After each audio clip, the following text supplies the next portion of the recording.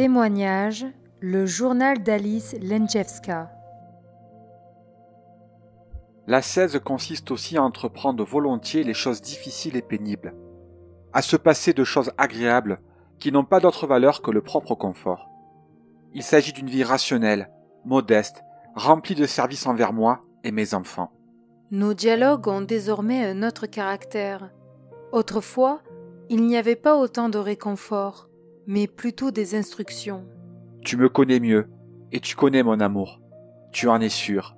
Je ne dois donc pas en parler constamment. Comme tu veux me servir, je te dis comment faire.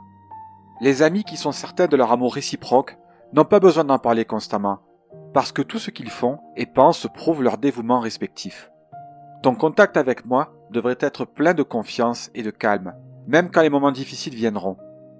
Que ce soit des tâches importantes, des gens pénibles, ou ton sentiment de vide et de solitude.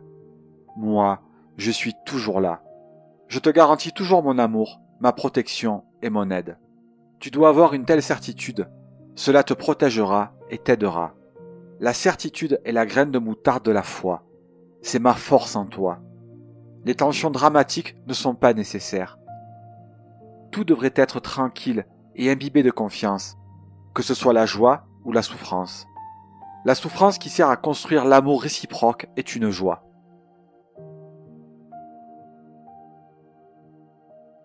Quand tu es obéissante et ardente à mon service, quand tu fais tout pour moi par pur amour, tu amasses des richesses dont tu te réjouiras avec moi dans ma maison. Tu t'enrichiras de chacune d'elles, et je me réjouirai en te voyant heureuse. Le ciel entier se réjouira de ta joie. Tu me manques, mais ce sentiment est curieusement calme. Tu es plongé en moi, mais il y a en même temps une séparation. Il y a un voile que tu ne peux pas percer. Tu avances comme dans la brume. Il ne fait pas sombre, pourtant tu ne vois rien. Tu me sens de tous les côtés, pourtant tu ne peux pas m'atteindre. C'est un état bizarre, comme en suspension, un état d'apesanteur. J'attends ton attrait parce qu'il n'y a que ça de possible. Il n'y a plus de retour sur terre. Je t'en remercie, Père. Tu devrais t'adresser différemment à moi. Pour toi, je suis plus qu'un père. Je le sais, mais je n'arrive pas.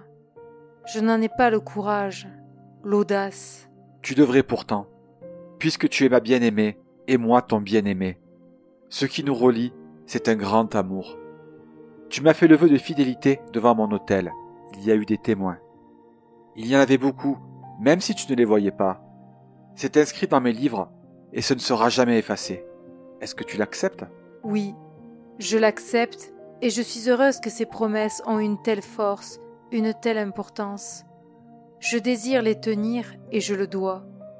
Tu m'aideras ? Je t'aide tout le temps. Je t'entoure tout le temps de mon amour et je te protège. Je suis tout le temps avec toi. Je le serai toujours. Tu le crois ? Je sais que c'est ainsi. Maintenant, tu peux aller aux réjouissances et te réjouir de moi. Mais ensuite, tu partageras ma destinée terrestre, jusqu'à ce que je vienne et t'emporte vers ma maison. N'écris rien de plus. Réjouis-toi de moi. Ma patronne, prie pour moi, pour que ce qui m'arrive ne soit pas à la limite de la psychopathie. Ne t'inquiète pas. Pour vivre mariée à Jésus, il n'est pas nécessaire d'entrer dans les murs d'un cloître. Ce qui compte, c'est la décision de ton cœur et sa volonté. Cela n'a pas à être confirmé par les gens ni annoncé publiquement. Dieu le Père le sait et l'accepte. Tu te trouves déjà à un état d'union avec Jésus où cela est naturel. Cela n'est que la confirmation de l'état des faits. Mais c'est nécessaire pour ton raffermissement et pour l'imposition d'une meilleure direction à ta route avec lui, dans une union toujours plus grande. Ne pense pas que ce soit bizarre. Ce qui est bizarre, c'est que tant de gens ne le connaissent pas, que si peu veulent l'intimité avec lui. Voilà ce qui est tragique et anormal. Toi, sois tranquille et joyeuse. Tu as reçu une grande grâce. N'aie peur de rien. Avec Jésus, tout est beau et bon. Plus cela exige de sacrifice, plus c'est merveilleux. Jésus, qu'est-ce que je peux te donner ? Je n'arrive même pas à exprimer mes sentiments. Je sais tout, et tu n'as pas à chercher des mots. Donne-toi à moi, tous les jours et à chaque instant. Tu peux m'offrir aussi les autres gens, ceux que tu aimes et que tu veux aider. Ta venue hier était si calme et si douce. Tu me connais. Est-ce qu'il te faut de fortes impressions ? L'intimité quotidienne consiste à se comprendre mutuellement et à coopérer. Quand tu auras besoin d'un grand raffermissement, tu le recevras. Maintenant, tu as confiance et tu es entouré de mon amour dans le silence et le calme de ton cœur. C'est bien ainsi.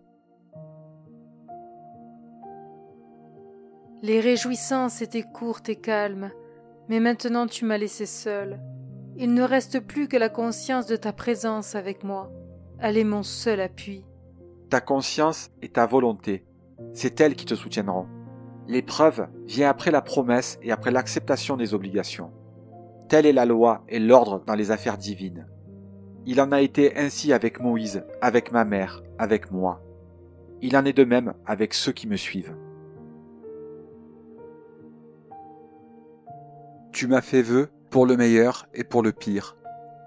Sois courageuse, fidèle et confiante quand tu peines à vaincre ta nature humaine réticente, à demeurer en moi. Il faut que tu sois courageuse, parce que je veux mettre beaucoup sur tes épaules. La cathédrale de l'apôtre Saint-Jacques de Stettin est l'endroit de nos rencontres. Je t'y attends.